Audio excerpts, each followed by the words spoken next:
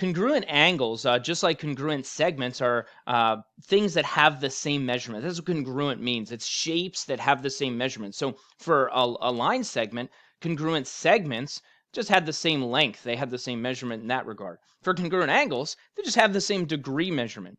And so if I look at something like this guy, it says, are the angles congruent? And so if I were to just measure each of them, it'll tell me if they're congruent. If they have the same measurement, well, then they're congruent. So let me bring this guy over here. Get that lined up. And so if I look at that guy, so I've got it lined up, notice that the 0 is going to the inside track there. So if I have 0 on the inside track, I have to count on the inside track. So as I count this, it looks like the dash right before the 40. And yeah, on the outside, that looks like right before the 140, but on the inside, it's right before the 40. So one dash before the 40 is like 39 degrees. So let me write that down. And now I want to do the same thing with the second angle.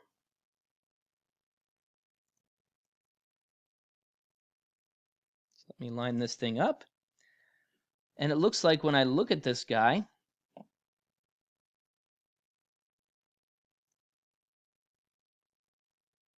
I line it up exactly the way I did the previous one.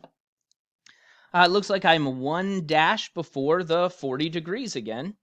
So it looks like a 39 degrees. Okay. And you know, we're talking about very, very fine, very accurate measurements here. So you might be a little off here, or you might not be able to see it, especially with the size of my protractor. Making this thing bigger might make it a little bit easier to see as well. Okay, in terms of lining it up and that kind of stuff. See, now with this one, it looks like I'm at like 38.5 degrees. Okay. And so, you know, we could really go through this with a very fine-tooth comb in order to determine these values. If I did this one, same kind of thing is going to happen. Yeah, it looks like I'm at looks like I'm at 38.5, just a hair over 38. So, you know, as I compare these with the protractor and get everything lined up perfectly, it looks like these have the same measurement. So angles A and B, I would say that they're congruent. Okay, so angle A is congruent to angle B.